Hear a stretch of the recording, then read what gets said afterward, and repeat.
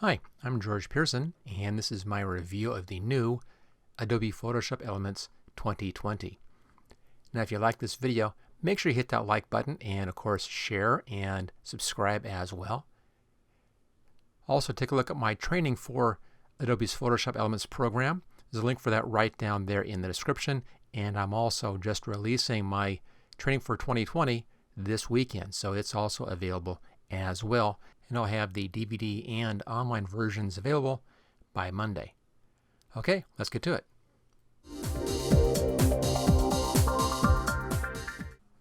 We'll start this Photoshop Elements 2020 video off here at the welcome screen. Basically the same as we had in the previous version 2019.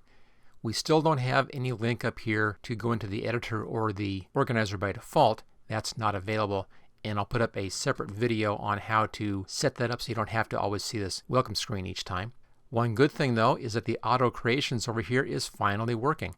This never worked for me in version 2019 and it's now working in version 2020. So whatever that was causing that problem, that has now been fixed, and it's taking at least two of my pictures and showing them with some of their effects on top of that.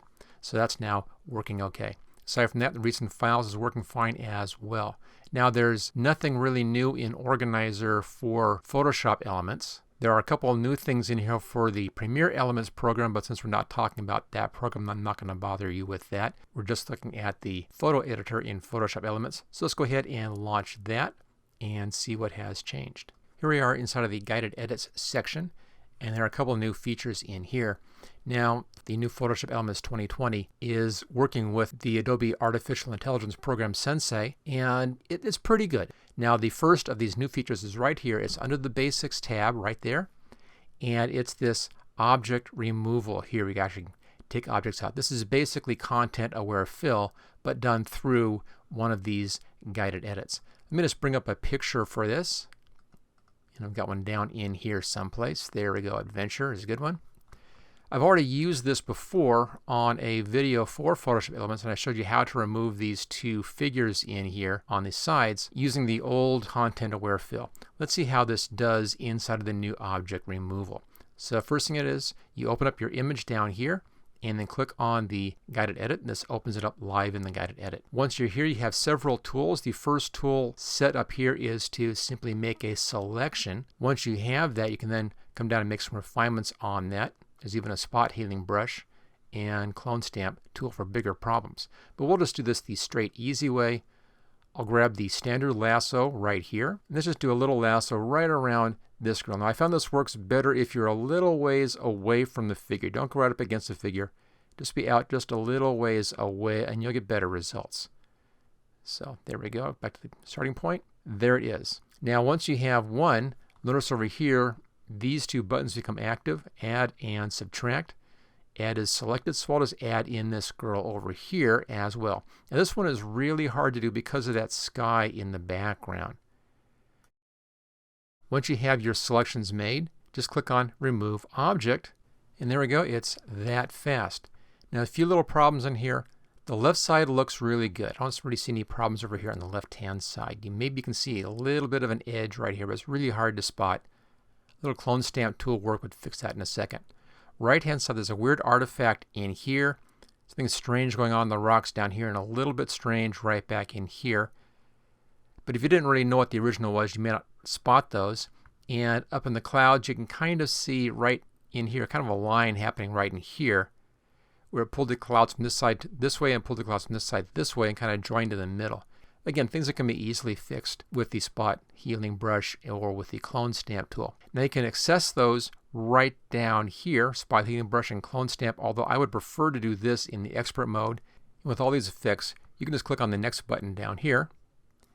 You can then choose what you want to do with it, and I would always choose expert mode right there. Continue editing in expert. You can see here we have this as two layers. There's the original right there, and then here is our new version.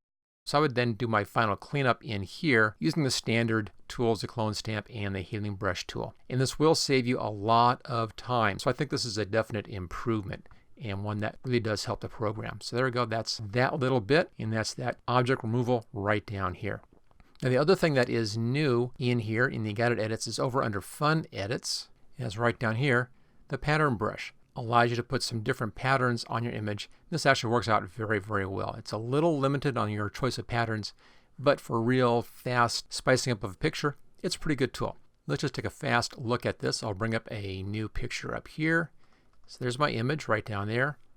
Click on the new pattern brush. There it is. When it's preparing the file, what it's doing is it's looking for the main subject, and it just found the main subject, and it has a selection now around that, which is now creating a mask in here. You have patterns on the right hand side, and as you can see, there aren't that many patterns. There's about 15 patterns over there, not that many. So it'd be nice to see if we can get more patterns or somehow use more patterns in here. At this point, we don't have that option, but these are still pretty good. I'll use our top left hand corner right here.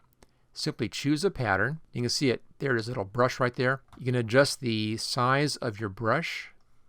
Here's a really big brush, real small brush. I'll put it about a third of the way up. Scatter is going to scatter this around the page.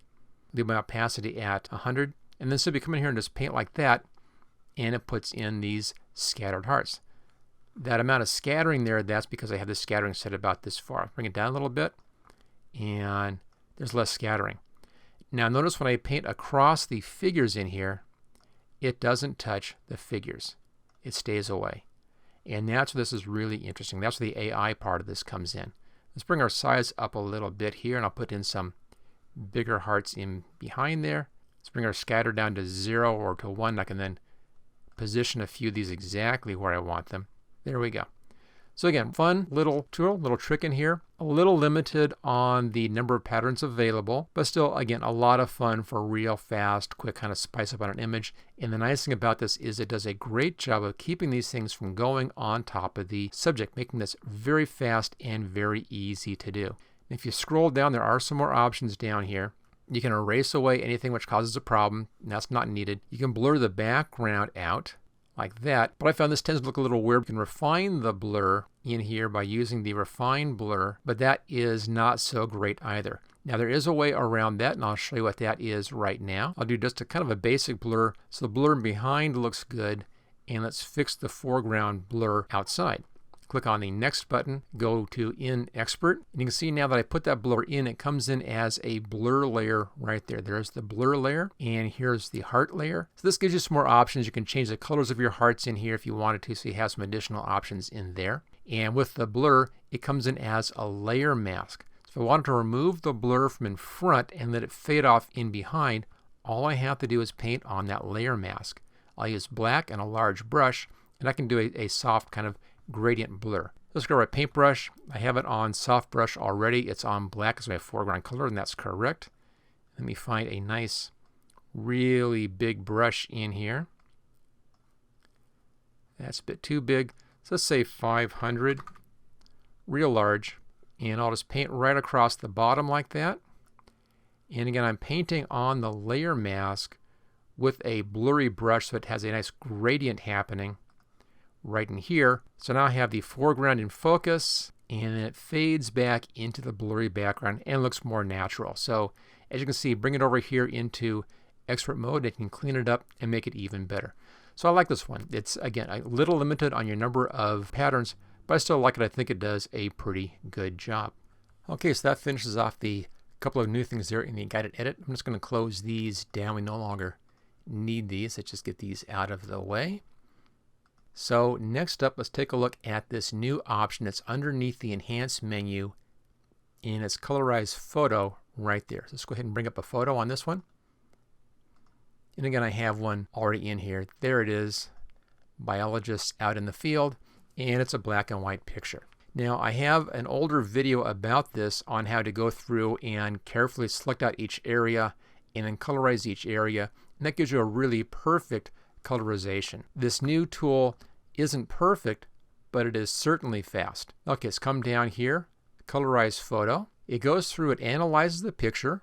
Uses the Sensei artificial intelligence. It finds the figures, it finds what should be skin. It also has a pretty good sense of what colors the clothing should be, which I found rather amazing. If you go back and take a look at this and compare it with my original image from a few years ago, if you can find that one way back when, they picked out very similar colors. I had a jacket that was more blue than this, but there's a little bit of a hint in there, and that's pretty interesting. Go even more down here, as you can see, more of a bluish color on that jacket.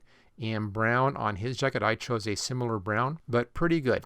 And as you can see, again, real fast. It gives you 4 options in here. Just click on one, let it think for a minute. It's not super fast on this. It has to go through and refigure everything. There it is. There's the change. And again, does a pretty great job. There are some issues though. Notice how the sky color is bleeding into the hat a little bit up here. On this figure, this jacket wasn't colorized. You know, it wasn't very much.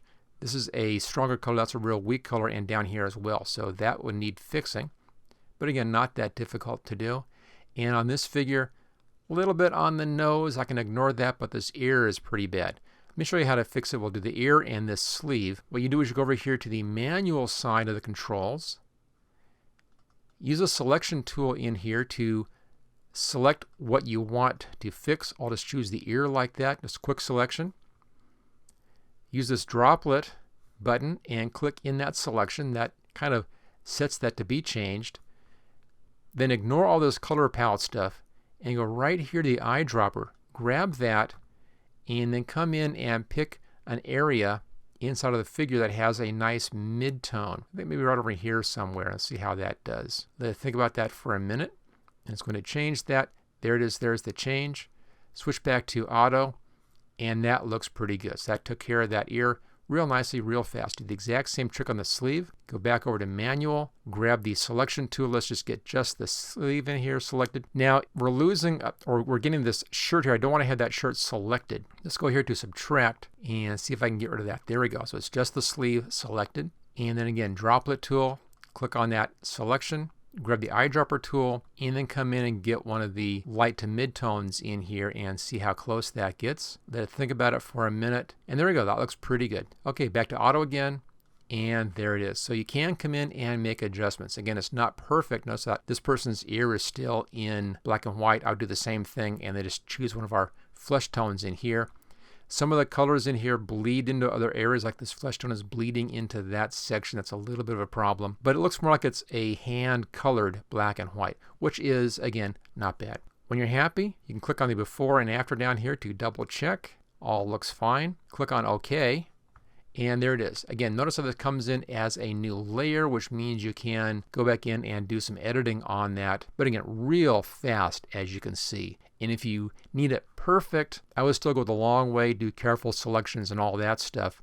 But if you just need a quick, really nice tool, if you're doing a lot of stuff with black and white photography, this might be really a worthwhile addition. Okay, let's get this out of the way and go to the next one of these new features in here. I'll bring up a couple of pictures. There's one, and let me grab one more in here. Okay, I'm going to zoom in on the face now. Like that. Looks good. And we'll zoom in on this face here as well. Now both of these could use just a little bit of retouching. This face a little more. This one a little less. She's had better makeup done here.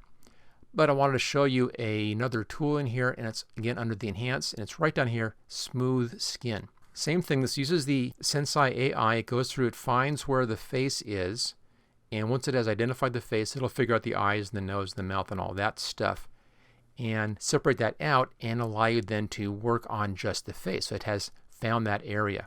They can zoom in down here, zoom controls, and it zooms in on the face area, and here's your smoothness down here. There's a before and after option, and of course a reset. All you have to do is simply move the smoothness up, and it will begin to very subtly blur out the skin in here and try to leave the nose, mouth, and eyes alone and everything else alone, so it only blurs out just the skin area. It's actually pretty good. Here's our before, there's the after.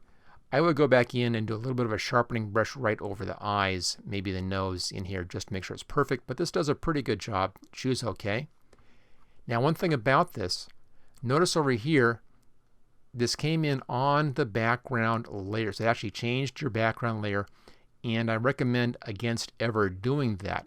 So this is one of those tools that will come in and modify your base image. Let me show you how to get rid of that one problem that this tool actually has. Before I do that, I'm just going to undo the skin smooth.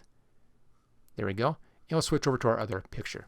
Now to get around that one problem, let's just make a duplicate of the background layer. Right click and duplicate layer. Choose OK.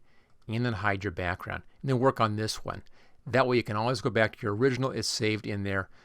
I would have preferred it if this tool automatically gave you a new layer like we saw in those two guided edits, but it doesn't, so this is the next best option.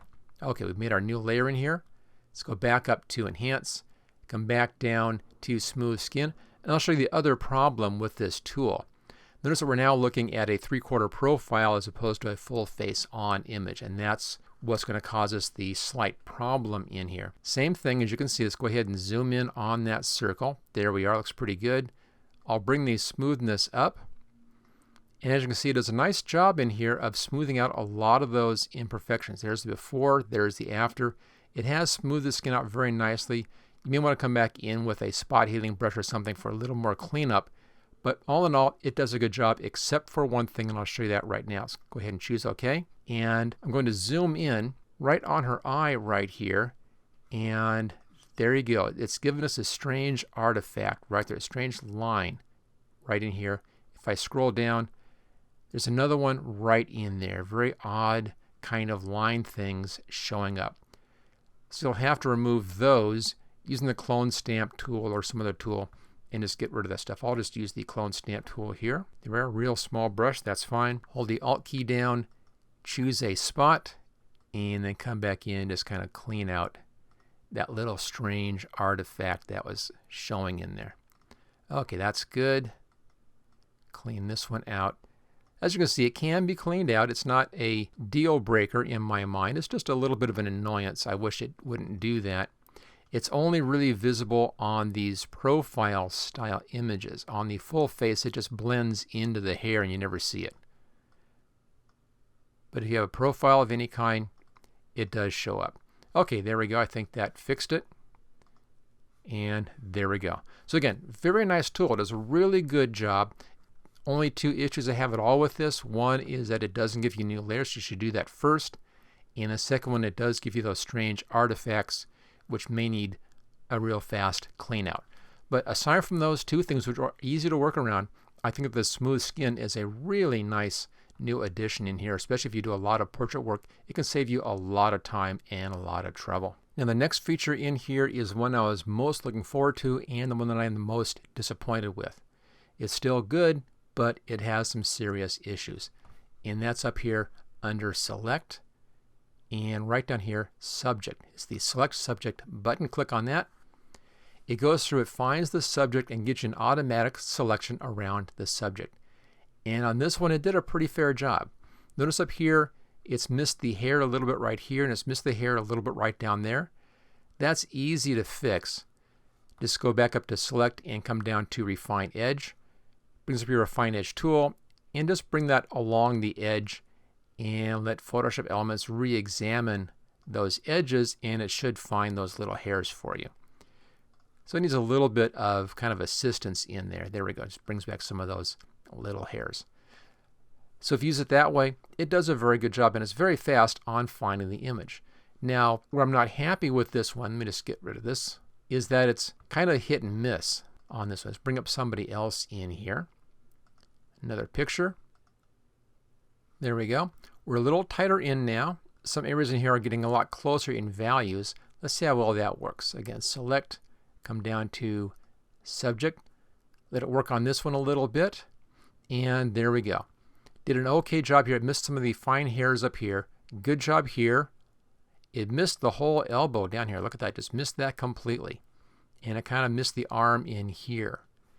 It also didn't do a great job on the hair on the right hand side. Missed some of these inner areas on the hair. Now this just gives you a straight selection, which means of course you can go back, use your other selection tools.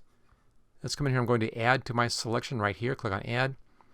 And this is just using the Quick Selection tool. And I'll come in and quickly add into this selection, and that works. And let's come down here and add this in as well. There we go, get that little bit. Now it brought all this stuff in, so let's go back to the subtract tool now and see if we can get this out. Pretty good. I could take more time and do a better job with this using the other tools, of course. As you can see, if you come back and then use your other selection tools to clean up your selection, I could use a refine edge over here, for instance, and fix some of that hair, some of those things. So using the new select tool, it's up here again, select and subject right there. It's a great way to do your first selection, saving you a lot of time, but you may have to go back in and clean up that selection a little bit using your other standard selection tools. Just do one more of these in here, another example. Have a horse in here someplace. There we go. There's a horse. Just want to show you that this will work on other things, not just people. Click on subject, let it find the horse, and again, does a good job. It needs the refined edge over here on the left-hand side to get some of these stray hairs, and it missed part of the hooves at the bottom. So again, a little bit of cleanup on this selection, and it'd be good to go. But it does the first basic selection very, very quickly. So all in all, I like this new tool, but I consider it an additional selection tool as opposed to being a replacement selection tool. Don't expect this to give you a perfect selection. You're going to have to go back in and do some cleanup afterwards, but it will save you a lot of time on your first pass through. So there you go. That's that new subject right here. Select subject. The last thing that's new, let me just cancel that selection. There we go. The last thing that's new in here in Photoshop Elements is right down here, order prints. This kind of brings back a feature which Elements used to have in it, where you could order prints online and images on photo mugs, things like that. It was done through Kodak. Kodak went bankrupt, of course, and went away. Well, they've now put that back in, but using Fujifilm. Fujifilm has now partnered with Adobe, and this will take you over to the Fujifilm site. Let me just click on that. And you can then order a lot of things like prints and so forth. Confirm that, that's fine. It takes your pictures, it uploads them onto their site, and you then can choose what you want to put your picture into. Lots of stuff, cards, mugs, large format pictures, prints, even phone cases down here. So it's an interesting service. If you want to do anything like that, this is a real easy way to do it right directly from inside of Photoshop Elements. And again, something which used to be in Photoshop Elements. It was a previous feature which was removed, and now it's come back again because Fujifilm has now partnered with Adobe. Okay, there you go. So that is my look here, my review of the new Photoshop Elements 2020, and I actually like this new version. I think everything is really working out pretty well. There are some small issues, as I've shown you in this review, that are fairly easy to work around, and aside from those little issues, I think it has some new features which really can save you a lot of time and add in quite a bit of additional creativity. So there you go. I'm giving this one a thumbs up as a good program. Now, whether or not you want to upgrade from version 2019 or version 2018, that's up to you. Most of the program really hasn't changed that much aside from those few things that we've seen here. If you have version 2019, it's really going to come down to if you want to have this selection tool that we just took a look at, or that skin smoothing tool. If those are useful, then it's worth the upgrade. If you're working in Photoshop 15 or earlier, then I definitely recommend to go ahead and do the upgrade. There are a lot of speed improvements, things like that, things in behind that we don't see that'll make this well worth the upgrade. It also is more compatible with more modern computer hardware as well. So for those reasons, I think if it's been a few years since you've upgraded, now's a good time to go ahead and upgrade. Okay, there you go. That's my review of the new Photoshop Elements 2020. Don't forget to hit that like button and hit that share button. Also, don't forget to subscribe. And if you don't have my training yet, take a look at my training courses. There's a link for that right down there in the description. I have separate courses for each version of Photoshop Elements, including my brand new training for Photoshop Elements 2020.